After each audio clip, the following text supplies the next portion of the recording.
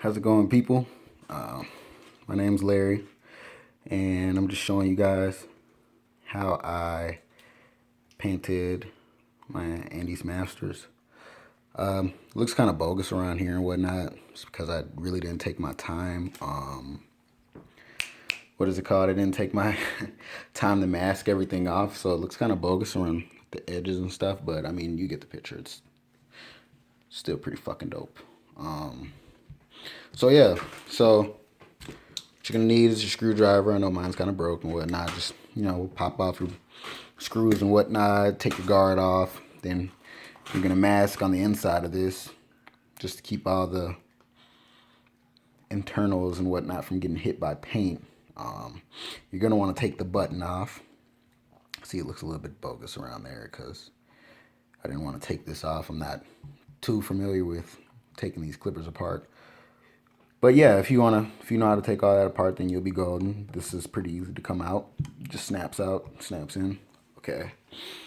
And what I have over here is the colors that I used. I went to O'Reilly's and got this. This is Metallic Cast by Duplicolor and whatnot.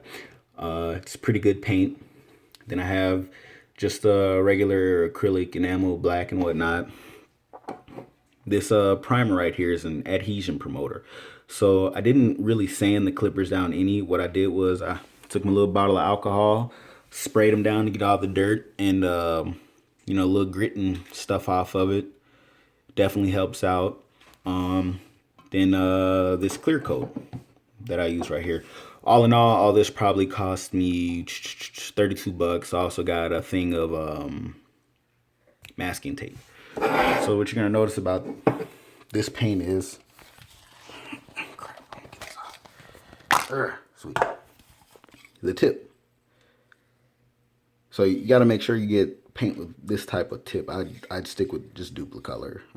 Make sure you get that tip. It's like a wide angle spray tip, sort of kind of like spray gun a little bit. There's a bunch of colors, that Duplicolor has. There's a bunch of these metal cast colors. I chose blue. Works really well with the Masters. It gives you that. You can kind of see the metal underneath type deal. It's pretty crazy, but it's pretty cool. All of my spray cans that I do have has that tip and whatnot. So, like I said, once you get your clippers apart and everything, you're gonna do 3 coats of this adhesion promoter. 3 coats of that. Spray 1 coat, let it dry for 10 minutes, then do another coat, let it dry for 10 minutes, and so on and so forth. Then you're gonna go with your blue. You don't need to really prime it. This is a primer. It's not like your regular primer though, but so what I did was for these clippers right here, I did maybe 4, I think I did about 4 coats. So you wanna always do the first 2 coats pretty light. Then the 3rd coat, you might run a little bit if you put a little bit too much on, but it's okay because it's gonna end up darkening up anyway. It wasn't this dark when I first started. Also, you need to let these things dry before you touch them because I got a fingerprint smudge down there and some other little scratches, but it's pretty hard right now. It's pretty hard. So yeah, you just pretty much do a whole bunch of coats, but you need to wait 10 minutes between each coat. I cannot stress this enough. If you want to feel if they're dry or not, you can just tap it with your thumb a little bit. It'll be just fine, but you got to make sure they're dry and not too sticky. So I got the black layer that I did there plus the splatter, and what I did for the splatter was I didn't have a paintbrush, so I took a bunch of toilet paper, I folded it up about 4 times, and then I took some scissors and I cut some slits in it. And then I sprayed the black paint inside of a bag to kind of get it to pool up. Just dip the toilet paper in there and just throw it on there, Just make sure you don't hit it because if you hit it, it'll look like that. But I mean, it still turned out pretty dope though. But yeah, just kind of flick it and, obviously you're using toilet paper to flick it, but it's going to come back and it's going to hit you, but I didn't get too much paint on me. These are dry and they actually feel pretty damn good. Yeah, so pretty much just make sure you wait 10 minutes between each coat. I think I did You know, I did about 4 coats with this. I think I did 5 coats of the blue. Sorry if I said something earlier. I think I did about 5 coats of the blue.